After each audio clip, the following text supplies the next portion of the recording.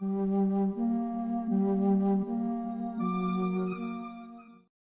compte à rebours avant la Grande Guerre approchait de son dénouement. Bélixo se tenait au seuil de la préparation ultime, conscient que les humains étaient désormais impuissants face à sa puissance incommensurable. Un jour, il convoqua ses conseillers les plus fidèles, Gorixo, Domigos et le général Ténuis. Assis sur son trône de glace, Bélixo méditait sur les visions récurrentes de sa propre mort. Se levant solennellement, il fit face à ses proches conseillers avec une gravité palpable. Jamais je n'avais partagé cela avec qui que ce soit auparavant. Une vision troublante m'est apparue à nouveau. J'ai contemplé mon propre cadavre, entouré par deux êtres humanoïdes, l'un blond et l'autre brun. Leur identité m'échappe, tout comme les raisons de leur présence lors de ma mort. Cependant, je suis convaincu que cela est lié à ma destinée. Vieux Ganobi, je t'enjoins à déployer tous les moyens nécessaires pour révéler l'identité de ces deux êtres et élucider leur lien avec ma mort. Ténuis, je veux que tu renforces la surveillance de ta planète. Sous le règne de Bélixo, les Ukruks avaient subi une transformation radicale, façonnée par les armes et les technologies provenant des univers fictifs explorés par leur roi. Jadis armés de haches en pierre et enveloppés de fourrure pour affronter le froid implacable, Bélixo avait métamorphosé leur arsenal et leur équipement.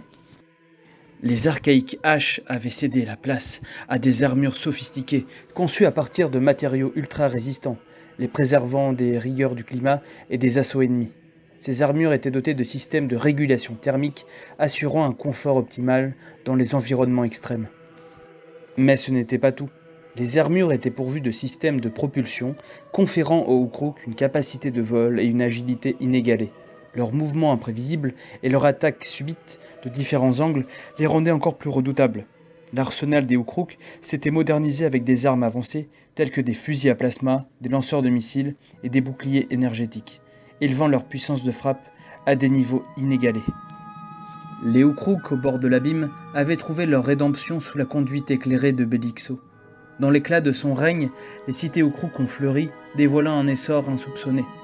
Des avancées technologiques fulgurantes, une croissance démographique sans précédent, les Ukruks, autrefois au bord de l'extinction, retrouvaient leur statut de puissance dominante. Gorixo se tenait devant le roi Bélixo, témoignant du respect et de la gratitude de tout un peuple. Dans une révérence profonde, il prononça des paroles chargées de reconnaissance. Mon roi, votre règne a été une épopée légendaire pour notre peuple. Vous avez restauré notre civilisation à son apogée, une résurrection inespérée. En témoignage de notre gratitude, je vous présente la couronne des premiers rois Ukruks.